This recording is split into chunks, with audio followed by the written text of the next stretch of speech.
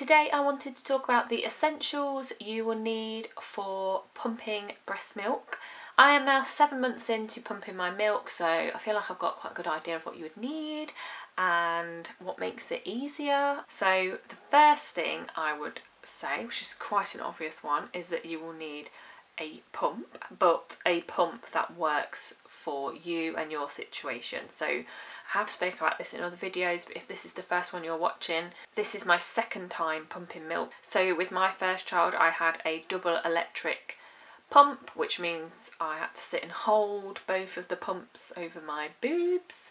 Didn't quite work for me. My baby was quite fussy, didn't like to be put down, so I only managed to do 6 weeks. So this time around, much calmer baby, but still found it quite difficult to just be very restricted for that time during the day, especially now because I've got a toddler as well. So I ended up buying a wearable pump this time, which has made the situation so much easier and has really helped with the amount of time I've managed to pump so far. So I'd say that is the key to the whole situation, finding a pump that allows you to pump with ease, I would say. So with my wearable one I can still play games with Emmy, make her lunch, make her snacks.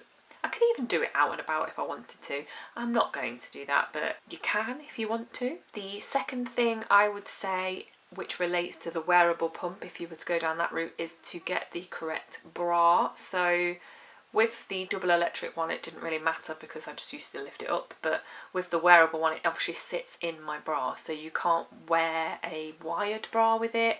A lot of the reviews I read where people were saying they've leaked, it's because of that reason. So buy specific bras for pumping, or I just use a nursing bra, like the sports bra type ones, anything that's got a bit of give to it I guess, and that has worked well for me. The next thing we're going to talk about is storage. So you will need storage for the fridge and storage for the freezer.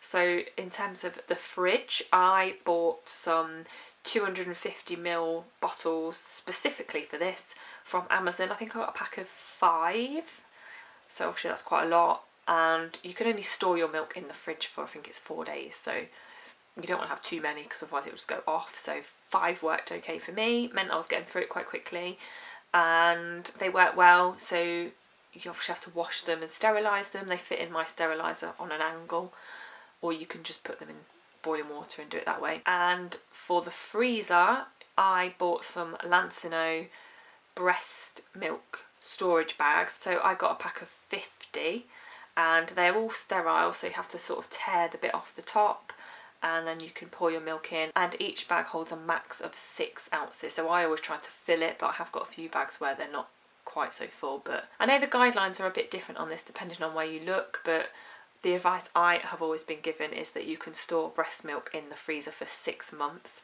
So I'm just getting to the stage now where I'm getting bags out of the freezer to use them up, because I'm getting to that mark, and it is meaning that I'm going to have to refreeze some now. So the next thing is nipple shields. So mine are actually okay now, I don't wear them anymore, but certainly at the start I did, and obviously everyone's different, but you'll find that you're leaking, and it has happened to me where it has leaked through my clothes. The nipple shields just fit in your bra. So I have used 2 different kinds. So at the start I bought disposable ones because I didn't know how long I was going to use them for, and they just sit in your bra. There's a sticky bit on the back that sticks into your bra so they don't move, and then you just throw them away.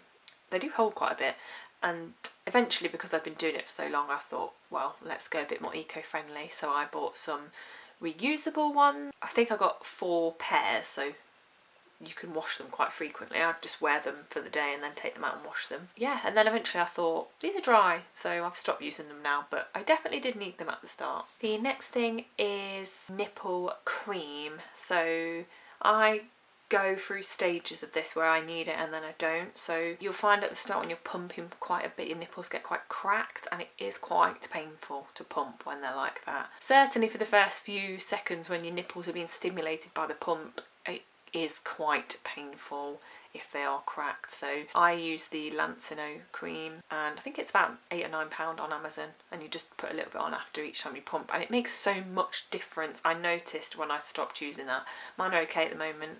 I think I've just got used to it now because I only do it a certain amount of times a day, but yeah, at the start when it's very regular and obviously your nipples aren't used to it, it's get quite painful. And I know some people's nipples bleed. Mine have never got that bad, thankfully, but this cream seems to work wonders, so recommend. But I'm sure there is many other brands out there. So to be honest, that is probably the main things you would need.